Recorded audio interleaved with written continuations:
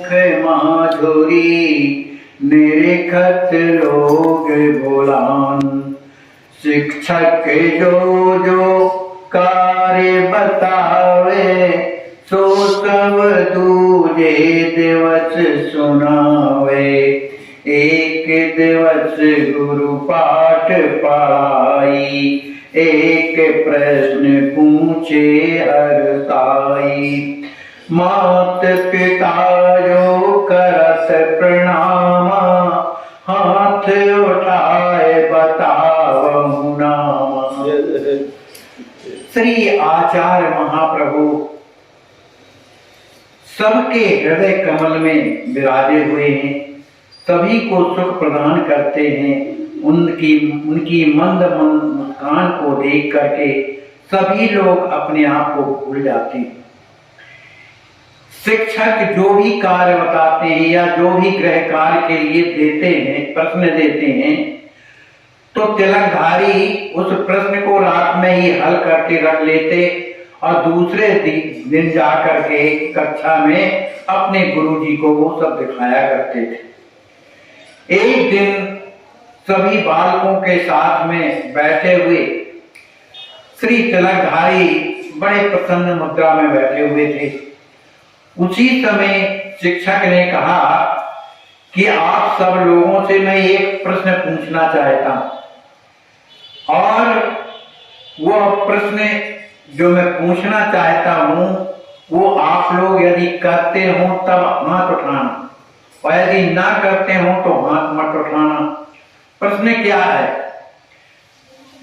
शिक्षक ने कहा कि इनमें से कौन से ऐसे छात्र हैं जो अपने माता पिता को प्रणाम करते हैं, सुबह प्रणाम करते हैं तब स्कूल आते हैं। ऐसे अगर कोई छात्र हो अपना हाथ उठावे। तो किसी ने हाथ नहीं उठाया, लेकिन तिलकधारी ने अपना हाथ उठा दिया। जब हाथ उठाया तो कहा आप अपना नाम बताइए, क्या नाम है आपका? कहा मुझे लोग तिलकधारी कहते हैं। तो सुनत तिलकधारी निज हाथा कहा उठाए नवाओ माता। माने उन तिलकधारी ने जब हाथ उठाया और वो उन्होंने कहा कि मैं अपने माता पिता को हमेशा सुबह प्रणाम करता हूं। धन्यवाद कहे अंतरवाणी फेरे शीश जाए निज प्राणी। श्री तिलकधारी जी ने जब ये कहा कि मैं अपने माता पिता को प्रणाम करता हूं तो अध्यापक उन्हें हृदय से धन्यवाद देते हुए और तिलकधारी के पास जाकर उनके सिर में अपना कर कमल फिराने लगे। आज जाए सब बंधन करना प्रात आए नित हमसे कहना। आज से आप सभी कोई जितने भी बालक हैं सब अपने माता पिता को प्रणाम करना और रोजाना सवेरे आकर के हमें बताया करो कि हमने प्रणाम किया है। इस तरह से बताना। चरण कमल जे वंदन करही विद्या बुद्धि आयु सोलहि। बालकों जो अपने माता पिता के चरणों में प्रणाम करते हैं रोजाना, उनके जीवन में विद्या बुद्धि और आयु हमेशा वृद्धिगत होती रहती है। इस प्रकार से गुरु जी ने पाठ दिया। सभी जो बालक थे उन्होंने धर्म का पालन किया। सोचत जननी नित्य प्रति जात मन ही मन खोए। जय हित पति कीन हो गमन कार्य कवन विधि हो। इधर रानी माँ अपने हृदय में ये विचार कर रही थी। पुराने जमाने में पाठशाला 5 तक हुआ करती, अब 5 तो पास हो गए। अब आगे की पाठशाला अब इधर कहीं है ही नहीं। इस बात की चिंता में उनकी माता बड़ी दुखी थी। अब वो सोचने लगी कि जो मेरे पति देव ने मुझे कहा था कि बालक को पढ़ाना, उनकी सुरक्षा करना, अब उनकी आज्ञा का पालन कैसे हो? क्योंकि 5वीं कक्षा तक तो इधर पाठशाला थी खजरी ताल में, अब इसके आगे की पाठशाला इधर कहीं नहीं है। अब मैं क्या करूं? इसी सोच में बैठी हुई थी और दूसरे चिंता में इसमें भी थी कि उनकी मैंने आज्ञा थी कि जब ये बालक 8 वर्ष का हो जाए तब इसका जो है ऊपर मने प्रतिबंध करना चाहिए, ये भी आज्ञा दिया था। तो माता जी ने पुरोहितों को बुलाया, पंडितों को बुलाया और सुंदर सुदिन पूछा कि कब इसका प्रतिबंध करना चाहिए। विप्रवंश व्रतबंध सुहावन 8 वर्ष होत अति पावन। उन ब्राह्मणों ने कहा कि व्रतबंध जो है बालक के 8वें वर्ष में करना चाहिए, वो पवित्र माना जाता है। और उस समय बसंत ऋतु का समय हो, है ना, तो अत्यंत मंगलकारी होता है। अत्यंत मंगलकारी के अलावा वो समय जो है अत्यंत सुखदायी होता है, ना ठंड होती ना गर्मी होती। ऐसा विचार करके पंडितों ने बढ़िया सुदिन बताया और माता जी ने उन्हें भेंट दिया। भेंट लेकर आशीर्वाद देकर के पंडित अपने अपने घर चले गए।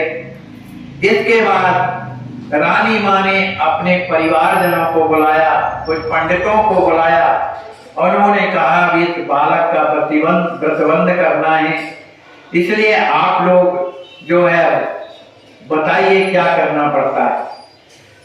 तो माता जी की बात को सुनकर के सभी कोई बड़े प्रसन्न होते हैं और माता जी ने सब लोगों का निमंत्रण भी किया और घर आने पर यथायोग जो जैसा आदर करना चाहिए उस तरह का उन्होंने आदर किया। अब व्रतबंध का समय आ गया। आज व्रतबंध है, बसंत पंचमी थी, तो सुंदर हरे हरे बांस का मंडप बनाया गया, उसमें मातृका पूजन किया, देवों की आराधना की। और उस समय जब लड़के का व्रतबंध होने के बाद जब भिक्षा के लिए जाता है तो माता जी ने उन्हें भिक्षा दिया और भी जो ब्राह्मण थे उन सब लोगों का सम्मान करती हैं।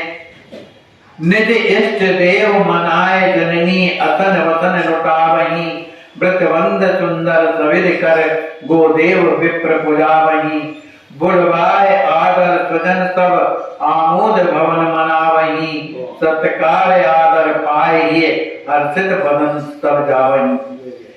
माता जी ने उस व्रतबंध के समय पर उस मंडप के नीचे जो हरे बांसों का बना हुआ था, उसी बांस के मंडप के नीचे अपने इष्ट देव की पूजा करती हैं और इष्ट देव की पूजा करने के बाद ब्राह्मणों को सुंदर वस्त्र दान करती हैं, कुछ बर्तन लुटा रही हैं और ब्राह्मणों को गो दिया और ब्राह्मणों की पूजा भी करती हैं। अपने स्वजन माने परिवार वालों को बुला करके बड़ी प्रसन्नता के साथ अपने भवन में ला करके उन्हें भोजन कराती हैं, उनका सत्कार करती हैं। वे सब के सब बड़े प्रसन्न चित्त होकर के उनके परिवार के लोग उन्हें बालक को आशीर्वाद देकर के अपने अपने घर को प्रस्थान कर जाते हैं। गायत्री उपनयन विधि वेदारंभ विचार, सविधि समावर्तन कियो लोक वेद अनुसार। फिर इसके बाद गायत्री माने उपनयन संस्कार के बाद गायत्री मंत्र दिया जाता है और वेद का अध्ययन कराया जाता है। इस तरह से समावर्तन संस्कार किया गया, जो लोक में और वेद में जो प्रचलित व्यवहार है उसके अनुसार उनका समावर्तन संस्कार किया गया। एक संत आश्रम इत आए, सालगे नाम ग्राम मूर्ति बहुलाए, जाय समीप दंडवत कीना, विग्रह एक संत से दीना। इधर तिलकधारी जी महाराज रोज पढ़ने स्कूल आते थे खजरी साल। ठीक उसी समय पर एक संत आते हैं, जहां हनुमान जी का मंदिर था, वहां बैठे। उनके पास बहुत से शालिग्राम की शिलाएं थी। स्वामी जी ने माने तिलकधारी बालक ने देखा कि कोई संत आए हुए हैं, तो जाकर के उनके चरणों में प्रणाम किया। बालक के उस दंडवत को देख करके वो संत अत्यंत प्रसन्न हो गए और उन्होंने जान लिया कि कोई साधारण बालक नहीं है ना। इसलिए उन्होंने एक सुंदर शालिग्राम की शिला उन्हें दे दिया। शालिग्राम जी का महत्व क्या है संत ने समझाया, किस तरह से इनकी पूजा करना है, इस तरह की विधि भी समझा दिया। इसके बाद वो बालक तिलकधारी उस शालिग्राम भगवान को लेकर के अपने घर आते हैं, अपनी मैया के चरणों में प्रणाम करते हैं और कहते हैं, देखो मैया, ठाकुर जी लाया हूं, एक संत ने दिया है। माता जी ठाकुर जी का दर्शन करके अत्यंत प्रसन्न होती है, बड़ी प्रसन्नता के साथ अपने पुत्र को हृदय से लगा लेती है। फिर इसके बाद शालिग्राम को बदला करके और उनको आसन में बैठा करके उनकी विधि से पूजा करती है। हमेशा प्रातः काल उठना और उनका स्नान करना और पूजा पाठ करना, यह विधि से माता जी करती थी। इसी तरह से बालक भी सुबह से उठ जाता था। जिस तरह की क्रिया माँ करती थी, उसी तरह की क्रिया बालक भी करता था। भोजन कर नित खजरी जावे, प्रथम जाय सदगुरु तर नावे, हनुमत दर्शन सहित विधाना, करत जाय नित छात्र विधाना। श्री तिलकधारी जी महाराज रोजाना स्नान, शालिग्राम की पूजा करने के बाद, भगवान का उनका भोग लगाने के बाद, इसके बाद भोजन पाते थे। फिर इसके बाद खजरी ताल के लिए जाते थे पढ़ने के लिए, और जाकर के वहां सदगुरु तुर नामे अपने गुरुजनों के चरणों में प्रणाम करते थे। फिर इसके बाद हनुमान जी का दर्शन करते थे और उन्हें दंडवत करते थे। इस तरह से वो जो छात्र तिलकधारी थे, उनका नित्य प्रति का ये नियम था। प्रथम सीखे घर में दियो, भेजा खजूरी ताल, यही विधि कक्षा 4 तक, निकट पढ़ाई लाल। माता जी ने जब माने अक्षर सिखाने का जब समय आया, तो उन्होंने घर में ही वो शिक्षा प्रदान कर दी थी। और उसी समय खजरी ताल में पाठशाला भी खुली, तो पाठशाला में वो 4 वर्ष तक पढ़ते रहे, मैं 4वीं तक पहुंचे। और जब 4वीं के बाद फिर वहां कोई स्कूल नहीं था, 4वीं तक था, वो भी 5वीं तक नहीं था। तो 4वीं तक पढ़ाई। एक बार जननी ढग आई, गोड़े बचन अधिक तक चाई, यहाँ माध्यमिक शाला नाही, सोचत यह मात मनमानी। मानी कक्षा 4 के बाद फिर जो माध्यमिक शाला, मानी इसमें 4 ही लगा, मानी माध्यमिक शाला का मतलब 8वीं से लिया जाता है या 6वीं से लिया जाता है। तो 4 तक पढ़ने के बाद भी माता जी को चिंता आ गई। उन्होंने कहा यहाँ कोई माध्यमिक शाला नहीं है।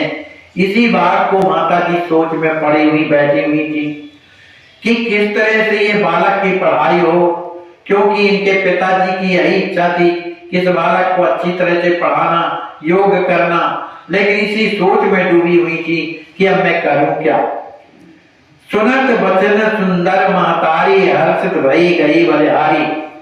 इसी समय पर किसी ने आकर के ये बताया कि आप ये चिंता मत करिए बालक की, ये तो जाकर के अपने गुरुदेव से कहिए। इस तरह का किसी ने कहा।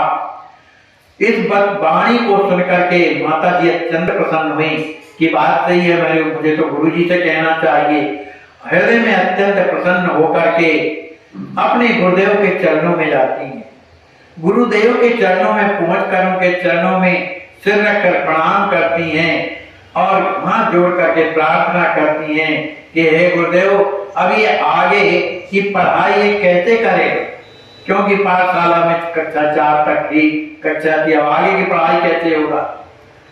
इस बात को सुनकर के जो शिक्षक थे, गुरुजी तो थे ही, उनके जो शिक्षक थे पढ़ाने वाले, वो बड़ी ही सुंदर मधुर वाणी से कहते हैं, माता जी चिंता मत करो, तुम्हारा जो बालक है सब गुण संपन्न है, कोई कमी नहीं है इसमें, सर्वश्रेष्ठ यही कर परिणामा। ये जितनी भी कक्षाएं जो पास किया है उसका परिणाम स्वरूप नंबर 1 में आया। किसी परीक्षा में ये द्वितीय श्रेणी में नहीं आया, प्रथम में आया है। प्रथम परिणामा सदा रहा सर्वो परिणाम, सब लड़कों से ऊपर इसका नाम था। क्योंकि इसकी बुद्धि जो है कैसी कुशाग्र है और ये सभी का आज्ञाकारी भी है और सब प्रकार से लायक भी है। इसलिए आप चिंता न करो, इसकी का प्रबंध हम करते हैं। जाए अमर पाटन पढ़े अतिशय ज्ञानी होए, दूर अवश्य लागे तदपि कष्ट न मानव कोए। वो कहने लगे माता जी आप बिल्कुल चिंता न करो, थोड़ी अमर पाटन दूर जरूर है लेकिन विद्यालय अच्छा है, वहां पर ये पढ़ेगा तो बड़ा ज्ञानी हो जाएगा। दूर जरूर है लेकिन इसमें कष्ट नहीं मानना चाहिए, क्योंकि बालक की उन्नति होना है, इसलिए अमर पाटन जाएगा। इसलिए आप सभी शंकाओं का परित्याग करके इसे अमर पाटन भेजने के लिए कहिए। इस बात को सुनकर के माता जी कहने लगी, उनका कंठ अवरुद्ध हो गया, नेत्र बहने लगे। कहा यह जो बालक है मेरी नेत्र की पुतली है, केवल यही वह तो सहारा है। दृढ़ पुत्र सम बालक प्यारा, कैसे रही बिना परिवारा। ये अमर पाटन में मेरे बिना ये कैसे रहेगा, उसका यहाँ कौन परिवार वाला है। तो जो मास्टर थे जिनका नाम शिव प्रताप था, वो कहते हैं अरे करियो सकल व्यवस्था जमाई, मैं जाकर के वहां सब व्यवस्था कर दूंगा, तुम किसी प्रकार की चिंता मत करो। बालक 3 चाल दिशा का, रही है हिल मिल सहित उलासा। आप जाबू घर सोच बिहाई, करिए ठाकुर अवश्य उपाय। उन्होंने बताया कि माता जी ये अकेला नहीं रहेगा, 2-4 बालक इसके साथ में रहेंगे तो ये बड़े सुख से रहेगा। इसलिए आप जो है अपने घर जाओ, किसी प्रकार की चिंता मत करो, अपने ठाकुर जी की सेवा करो। जाय लालपुर का मेरा लीना, सुंदर सकल व्यवस्था कीना। अभिभावक जो संग में आए, देख व्यवस्था अति हर्षाए। वे जयपुर आते हैं, लालपुर आते हैं, वहां पर एक सुंदर कमरा, लालपुर बगल में ही अमर पाटन के, वहां एक सुंदर कमरा लिया। उनमें और भी जो लाल बालक थे उस कमरे में सबकी व्यवस्था कर दिया। उन लड़कों के जो अभिभावक थे वो जब आए कि देखें तो लड़का कहाँ रहते हैं, तो उस व्यवस्था को देखकर अत्यंत प्रसन्न हुए कि इधर किसी तरह का कष्ट नहीं है। आस पास के गांव के बालक वृंद सुजान, 3-4 संग में गए पूजे इष्ट भगवान। पूरी गांव के आसपास के वो बालक थे, उनके जो परिवार के लोग थे, जो माता पिता थे, इन 3-4 लड़कों को अच्छी तरह से समझा बुझा करके और भगवान को उनको प्रणाम करवाया। भगवान को प्रणाम करो, फिर इसके बाद प्रस्थान करो। इस तरह भगवान की पूजा कराने के बाद गुरु अनुशासन बालक साथा भेजी लालन चुम्बक माता। इधर तिलकधारी को भी भगवान की शरण में पढ़ा करके क्षमा प्रार्थना करते हैं कि माता जी कहती हैं हे प्रभु अब ये बालक तो आपके सहारे है, क्योंकि मैं तो रहूंगी नहीं, अब इसकी रक्षा तो आप करना। इस तरह से अपने गुरु जी के बताए के अनुसार उस बालक को उन लड़कों के साथ में भेज दिया। जब भेजने लगी तब उनका बार बार हृदय भर आता था, क्योंकि बालक छोड़ा नहीं जाता था। बार बार उन्हें हृदय से लगाती, उनका चुम्बन करती, फिर छोड़ देती, फिर दौड़ के पकड़ लेती। माँ की ममता। शिक्षक समय कहा समझाई, सबसे छोट छात्र है भाई। वो जो लड़के थे उनसे शिक्षक ने कहा, शिवनाथ क्या नाम था, कि देखो ये सबसे छोटा बालक है तिलकधारी, इसलिए इसको तुम लोगों को बड़े संभाल के रखना है। ये माता जी के सामने, जिससे उन्हें कष्ट ना हो। छात्र तिलक धारी असुरामा, श्रेष्ठ सुयोग विनीत ललामा, यही के घर केवल महतारी, सब विधि रक्षा करहु विचारी। उन्होंने इन बालकों से को समझाया कि यह छात्र का नाम तिलकधारी, यह अत्यंत जो है योग्य है, अत्यंत विनम्र है, और देखो कितना सुंदर है। ये केवल अपने माँ का अकेला बालक है, इसके और पिता नहीं है, माँ भर है। इसलिए आप लोगों का दायित्व होता है, उन बालकों से कह रहे हैं कि इसकी हर तरह से तुम्हें विचार पूर्वक रक्षा करना है। जाते हमारे पाटन में सब साथा, पकड़े एक एक कर हाथा, बीच बीच अभिभावक आई, देत व्यवस्था सुघर बनाई। जब वे चारों बालक अमर पाटन लालपुर से जाते थे, पास ही में था, तो सभी एक दूसरे का हाथ पकड़ के चलते थे, सब साथ में चलते थे। और बीच बीच में कभी कभी उनके बालकों के अभिभावक आते थे, वहां की व्यवस्था देखते थे कि लड़कों के पास किस बात की कमी है, तो सुंदर व्यवस्था बना देते रहे। इस प्रकार से तिलकधारी के उस सुंदर स्वरूप को देखकर, और ये पढ़ने में अत्यंत कुशाग्र है, माने इतना होशियार है लड़का, ये कीर्ति को सुन करके लोग उनका दर्शन करने आते। सभी कोई देख करके जाता उस बालक को, तो कहते हैं भैया ये कोई साधारण बालक नहीं। क्यों कि इसको जो कुछ भी कहा जाता है एक बार में याद हो जाता है, इसका दिव्य शरीर अलग दिखाई देता है, अतुलनीय छवि सुंदरताई, कितना सुंदर है, इसकी छवि भी तो देखो कितनी सुंदर है।